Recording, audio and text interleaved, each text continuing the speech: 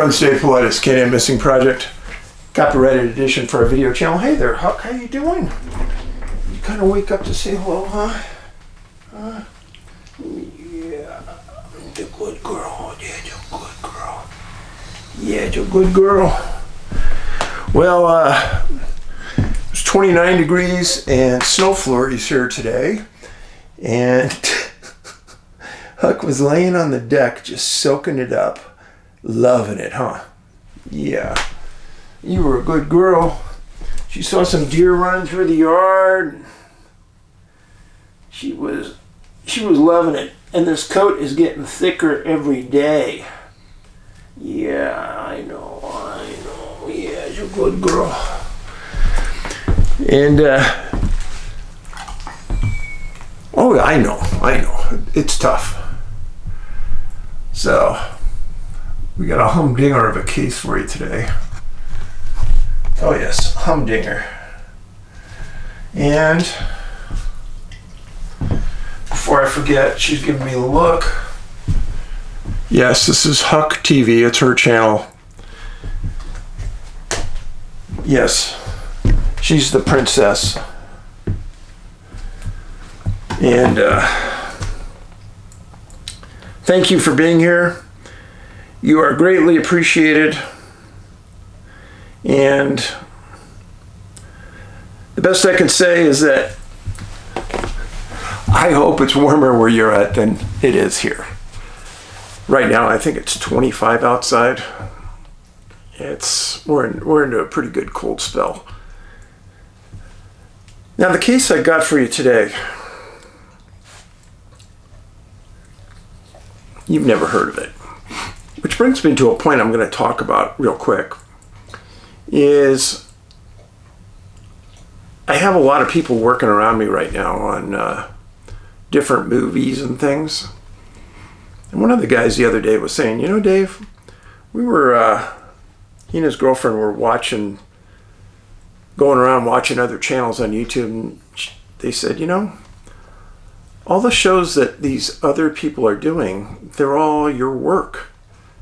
And they're all your cases. Nobody's doing any original content. No, nobody does their own research. That takes too much time. Now, what you see from me is original research, original cases. Nobody has done these cases before. And I take a lot of pride in that. It takes an extraordinary amount of research to find these. And there's a reason that they all come together to show this pattern. And I think it's important. The people that are just copying my work and putting it up, others on the periphery that are watching it, they really don't understand. I don't really know if they care. But what these other people do, since they're not doing the research on it, they're just watching my work and copying down the facts and then putting a lot of fluff around it. That's the difference. They put a lot of fluff and I don't. I just here give you the facts, give you the story, and you guys are smart enough and you're critical thinkers that you can figure this out. And that's what I really like about this audience. You guys understand what's going on. You've been here for a long time. Please just make sure that you are subscribed. And I have had at least 1,000 people in the last couple of weeks send me notes saying, yeah, I'm not subscribed. And when you said that, I looked and I'm not. And I wondered why I hadn't heard from you in a while. Well, the people that send me notes on the videos that say, yeah, Dave, I'm subscribed, you're not the ones I'm worried about. It's the ones that I don't hear from that I'm worried about. And there have been many people recently that have said, yeah, I stopped hearing from you, and then I just realized it, and I went back and looked, and I haven't been notified in a month, which is why the viewership dropped 50%. So, the best we can do to help each other is make sure we're subscribed. This case is a good one. You've never heard about it. It's nowhere to be found. It's not on any missing persons bulletin. It will be now. Case involves a 42-year-old wife, a woman named Catherine Shapiro. She went missing November 3rd, 1969. She was married to Dr. Marvin Shapiro, an internist. They've been married for 20 years, and they have a daughter, Georgine, and a son, Dan. Georgine was 20 in 69, and Dan was 18. And they resided, and the doctor had his practice in Santa Ana, California. And she was a registered nurse. She was smart.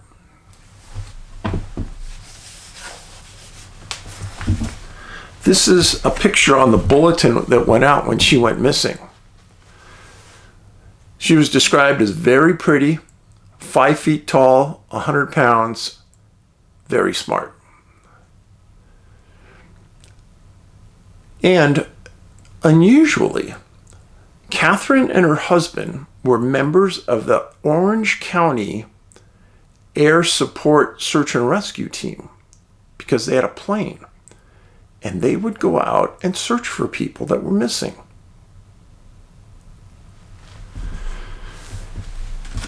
Now, the family also owned an interest in a subdivision outside of Cedar, Utah, kind of just north of Zion National Park.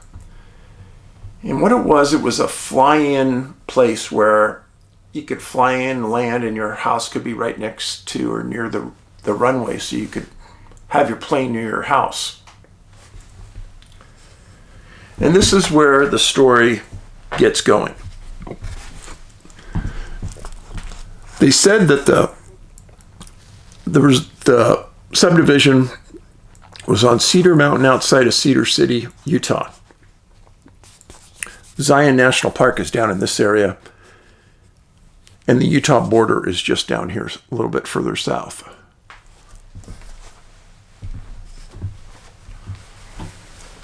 Well, they owned this interest in the subdivision.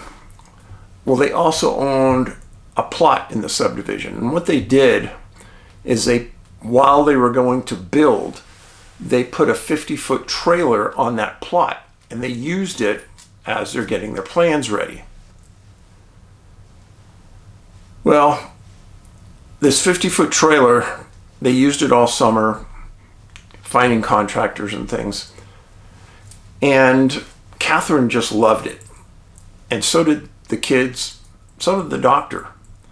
They would go there often, fly in, spend a weekend, fly back. And Catherine was the type of person that liked hiking in the mountains. She loved the mountains.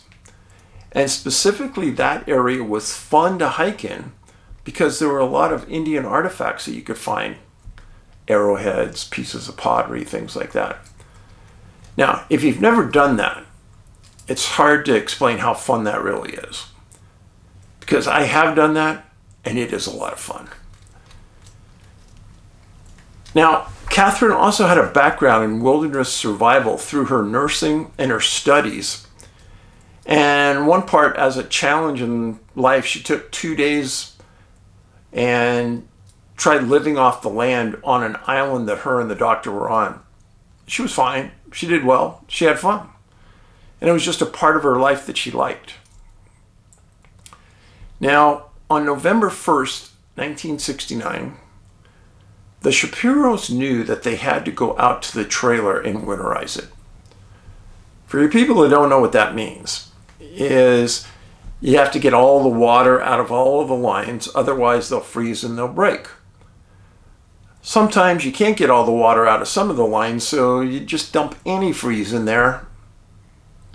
I've done that a ton of times when we had a house up at Lake Tahoe. My folks did. So they decided that Catherine would take a commercial flight out on November 1st.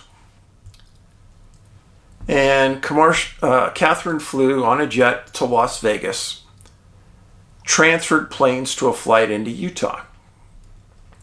Once at the airport in Utah, she took an airport shuttle, and she arrived and checked into the Astro Hotel in Cedar City, Utah. A man named Archie Holmquist checked her in, said, "Oh yeah, I remember her. Very polite, friendly, attractive." And she said that they had a home in the area and she had to winterize it. She was really friendly. This is what he told the detectives later on. Now this is all important, folks.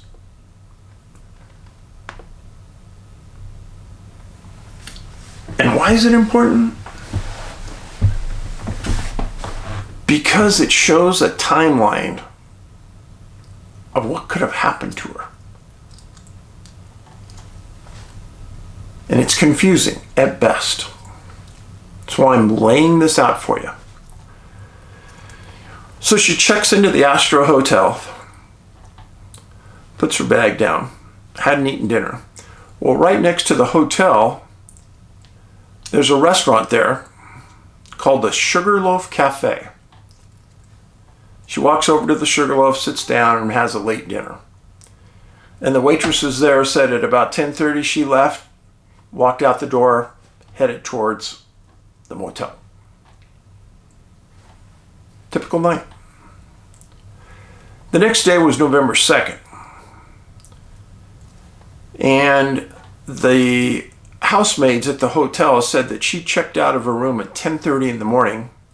She was one of the few people in the hotel that night. And got into her car. And Mr. Shapiro and Mrs. Catherine knew that she was going to go to a friend's place and meet with them. And it was kind of arranged.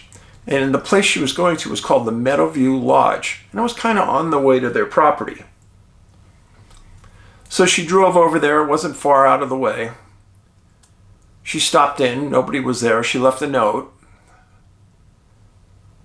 Later on, when the people came home and realized they missed her, and later on when the detectives went there because her husband said she was going to be there or stop by there, the owners of the lodge said they felt horrible that they missed her. They had some urgent things and they had to go, and that was before cell phones, and nobody really knew you really didn't know what was happening.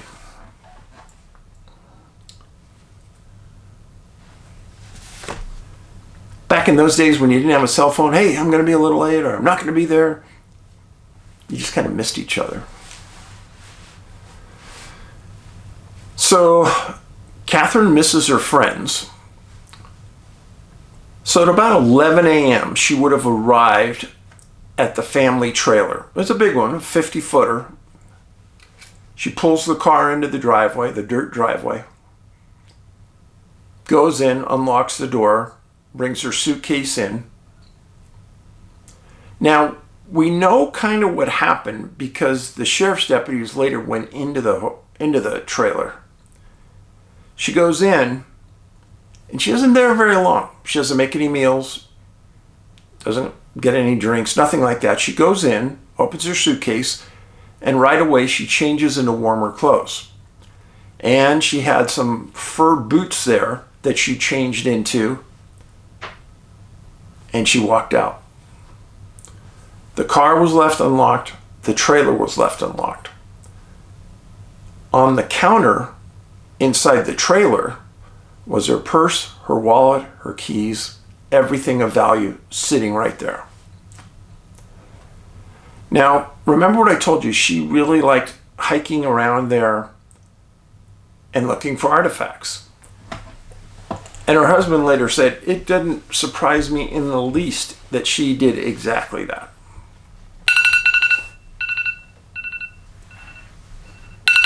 Sorry, Huck. I don't know why that went off. Sorry.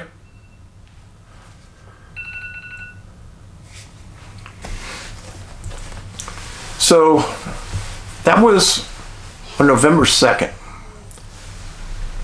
November 4th was the day that Catherine was supposed to fly back to Southern California. And she was supposed to call her husband early that day to set him up that, hey, I'm going to be there, blah, blah, blah. Well, she doesn't call. And Dr. Shapiro went to the Orange County airport, waited around, flight arrived, she wasn't on it. So initially he thought that maybe she was going to spend an extra day. But it irked him in the back of his mind that she hadn't called, and that worried him. So he drives home, and he waits till the next morning. Doesn't hear anything. And the bells start going off in his head, as they should have. So early in the morning on November 5th, he calls the Utah sheriff, asking for a welfare check on his wife at their trailer. Appropriate thing to do. Deputies respond to the trailer, and they find her car, just like everyone would expect, unlocked, nothing unusual. They go up to the trailer, they knock on the door, there's no answer. Well, this is a welfare check. And they had permission to enter from the doctor. So they try the door handle, it's unlocked. So they go in. And just like I explained to you, they went in, they found her suitcase open. The clothes that she was wearing the day before were neatly folded in the suitcase.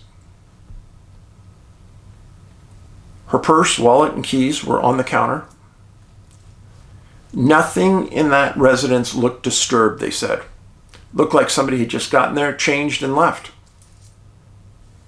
Nobody had eaten a meal there. Everything looked normal. Now, if you're the deputy, what are you going to do now? I can tell you what I'm going to do. I'm going to go outside and start looking around. Now, snow was patchy. It hadn't really started to snow heavily. There were just like small patches of snow here and there. Deputy went out and looked around, didn't find anything. Calls the supervisor. Supervisor gets there, calls the doctor. And Dr. Shapiro knew something was really wrong. Temps in the area during the day were about 26 degrees. The elevation of the trailer was 8,000 feet. I know that's high to some people, but it's not that high. And when it starts snowing there, the snow is going to be very light, but it'll get deep quick. The majority of the residences in their development were unoccupied. And most of the people only use those residences as summer cabins, summer escapes. And there were very, very few people in that area. Sheriff Leonard Johnson called Dr. Shapiro, advised him what they found. And the doctor says, hey, I'm going to get in my own plane in a few hours. I'm going to take my son. I'll be there in a couple hours. And he did. Sheriff immediately called for a full search and rescue call-up. The following day, November 6th, the doctor was there. 100 searchers arrived, equestrians, multiple canine teams were flown in.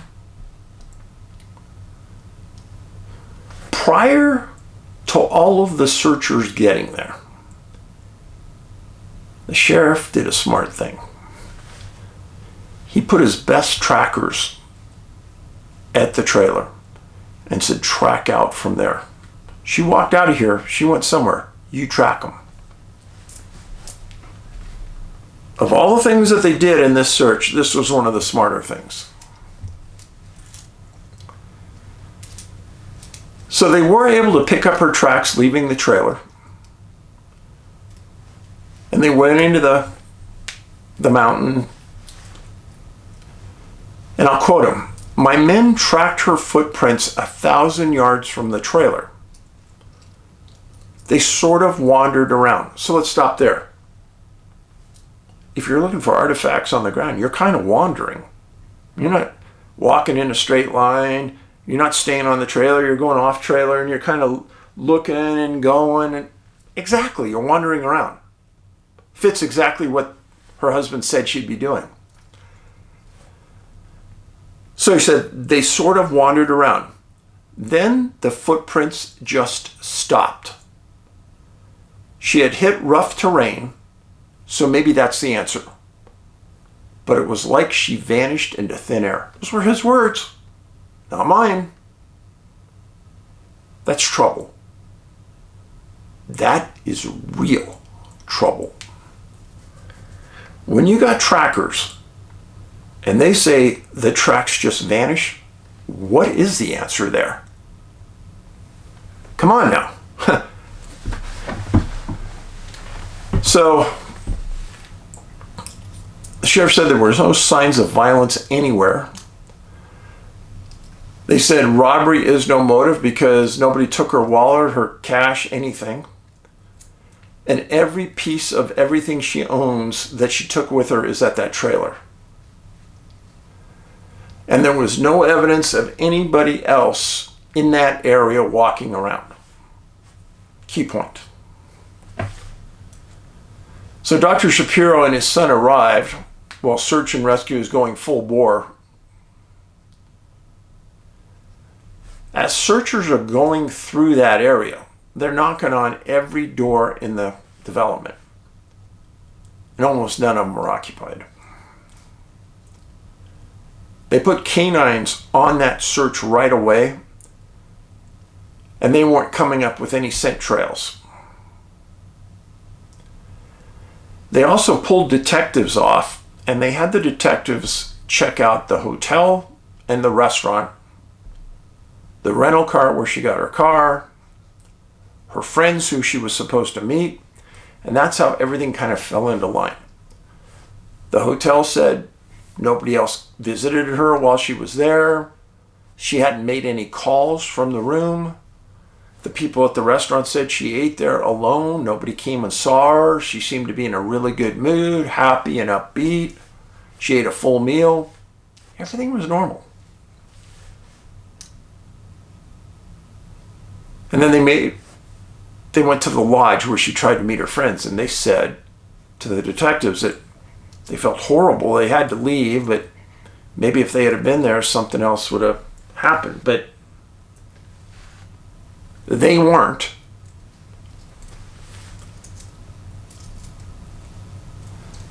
Sheriff Johnson made several statements within the first 2 weeks of the search.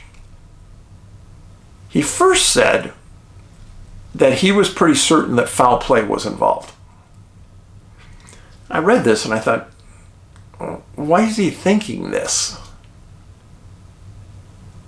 Because he said there was no evidence of a struggle, nothing was stolen, there weren't a second set of tracks. And then Dr. Shapiro was there about 9 days after the disappearance, and he said, if she was abducted, nobody wants money because nobody's contacted me for a ransom. Exactly. I find no evidence that anyone was even in that area, let alone there could be foul play involved. And this is common when law enforcement is trying to find anything to hang their hat on. Even though there's no evidence of anything like that, they're going to say it just to calm fears. During the first 10 days of the search, 50% of the time the search was shut down because of snow. It was at about the time she disappeared that the weather changed and it started snowing pretty hard. On November 10th, Sheriff Johnson made the statement that I just told you that he believed foul play. Here's what he said. She didn't wander off and she's not lost. She knew the area too well to be lost. I believe that she got in trouble near the trailer. Now, Dr. Shapiro was interviewed by the press, and he emphatically stated, she's not lost. Not here. So now you're the search and rescue. The tracks just kind of disappear. There's no other tracks leaving or coming into the area. Her car's there. How did she leave the area?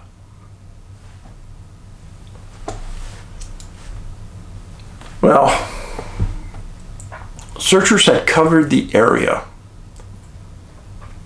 where the Shapiro trailer was at multiple times, walking shoulder to shoulder.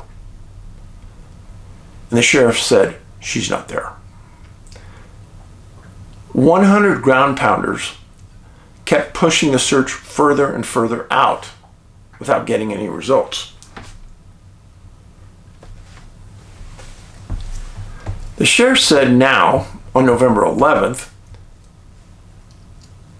he believed that she had been murdered. Even though there's not 1 ounce of evidence, no blood, no tissue, no torn clothing, no nothing. I kept reading this and it kept getting more bizarre and more bizarre. He said that Catherine wasn't in the trailer long. No meals had been made. She placed the suitcase down, opened it, changed clothes, put her boots on, put a heavy coat on, and left everything of value in the house. Now, this is an interesting point. A lot of detectives don't do it, but I got to give them credit, whoever did this. Sheriff said that they checked her car. And Catherine was 5 feet tall, 105 pounds. When they checked the driver's seat, it was pushed all the way up towards the steering wheel, as though somebody with short legs and a short person had been driving. Catherine.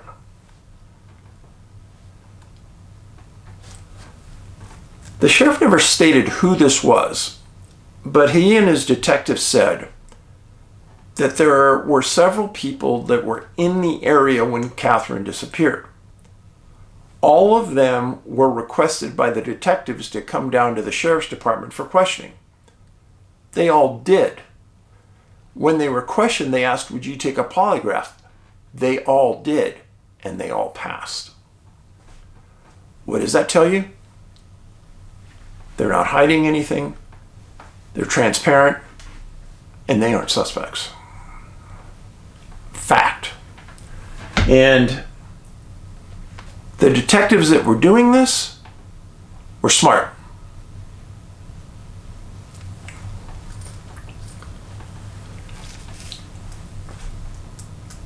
On November 13th, the search and rescue was termed for weather reasons. And then 4 days later, they resumed the search again. And the sheriff, during an interview on the 17th, said that he had heard that Catherine was depressed and now believed that she may have wanted to take her life.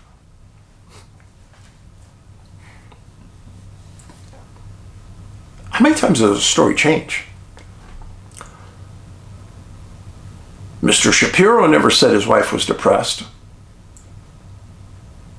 Son never said his wife was depressed, his mom was depressed. Sheriff never said where he heard this.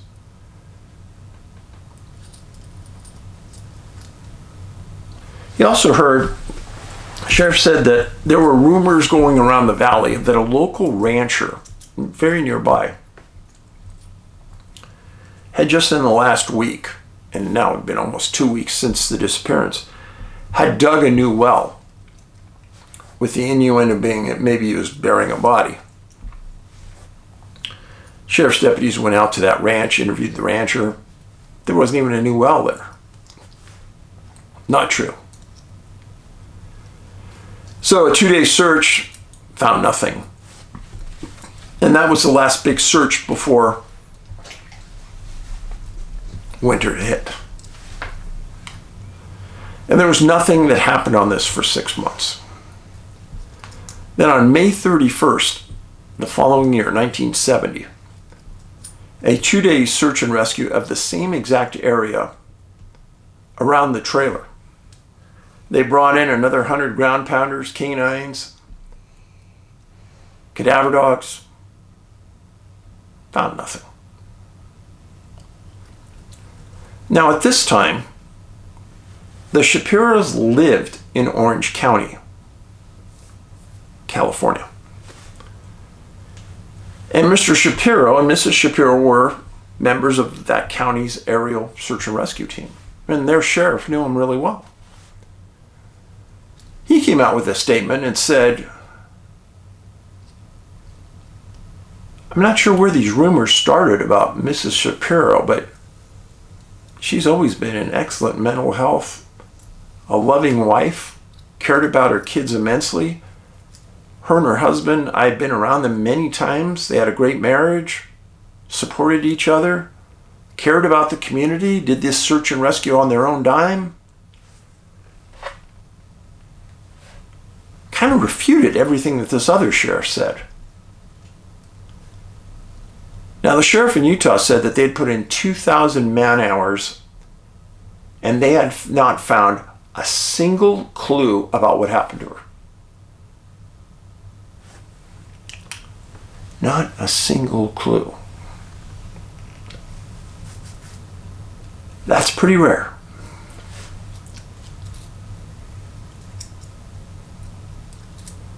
Now, let's go through this by the numbers.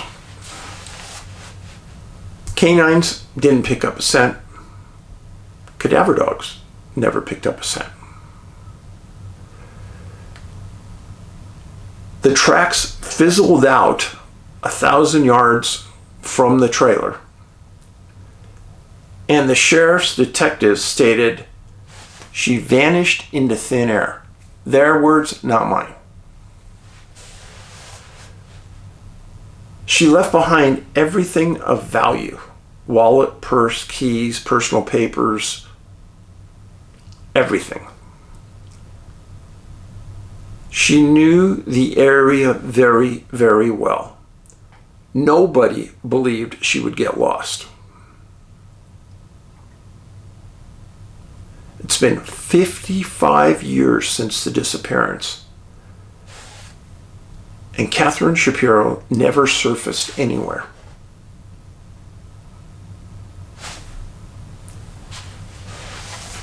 Now, some people have asked in my office, "Hey Dave, what nationality was she?" She was Syrian. Very smart, in very good shape. Now, she left the trailer unlocked, car unlocked.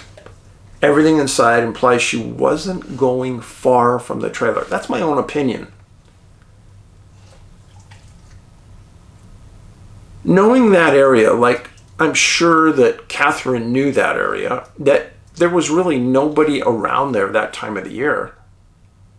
And knowing her neighbors from being there and selling the subdivision, I'm sure she knew that the people around there were quality people. And she felt very comfortable leaving her place unlocked. As I probably would as well.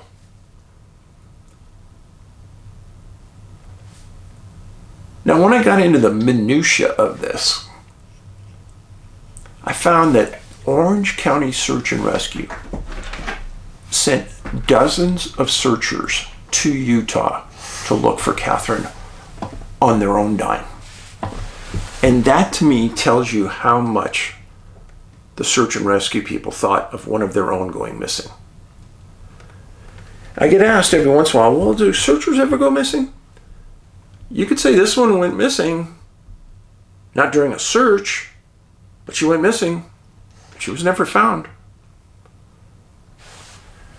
Now, I laid in bed last night. I kind of tossed and turned thinking about this case. The words of the sheriff and the detectives, the tracks kind of just petered out.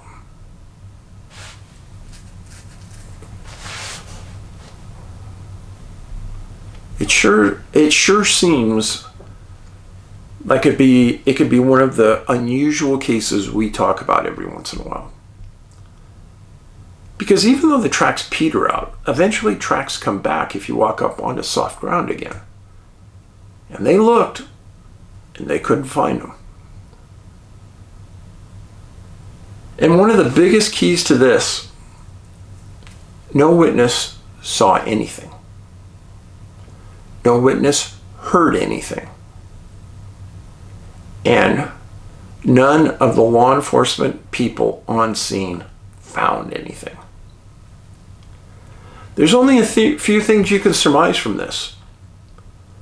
Now maybe, since this happened in 1969, if this was 1971, you could say, oh yeah, you know, she ran away, she's living with some other guy, she'll turn up in 10, 15 years. And she never turned up. And contrary to what some of the bad thinkers out there may think, she was a loving mom, cared about her kids immensely, and supposedly loved her husband immensely. So, to think that she's going to walk away from her life like that, to me, that dog don't hunt. But that's just me. If I had to classify a case as falling into the most unusual category, this is it. This and the case I talked to you about a while ago from Kansas, where the 3 boys disappeared in the lake. These 2 cases really nail it.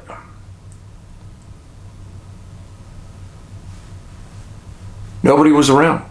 Anything could have happened.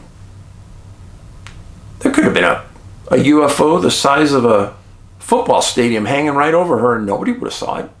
Nobody was there. Nobody heard anything. You know, the longer I do this, the more my hairs on the back of my head go up on some of these cases. And to me, they're easier to pick out now, the longer I do it. Because everyone could say, oh, you know, a dog could miss this, a dog could miss that. Well, that's true. Multiple dogs don't, though. And then you lay on top of that the trackers losing the tracks. I'm not buying that. So thanks for being here. If you can pass this along, I would greatly appreciate it. Understand that you are adored. And please make sure that you are subscribed to the channel. Please, I ask this all the time, but I really mean this. Put this on your social media. Have people watch it. Get them to think. I really want critical thinkers out there. And lastly, kindness. Do you know that all of those searchers from Orange County that came out on their own?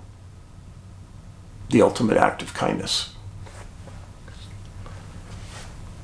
That's commitment and loyalty too. I feel very, very sad for Dr. Shapiro and his son and daughter that lost a mom that they really loved. I don't know how they could go back to that trailer ever again and walk around the trailer like she did and not feel odd. I'd never go back there. I mean, I'd go back probably the first year and search every day, 12 hours a day, and I'd probably sell it, get away from it. Be kind, be safe, Paulides out.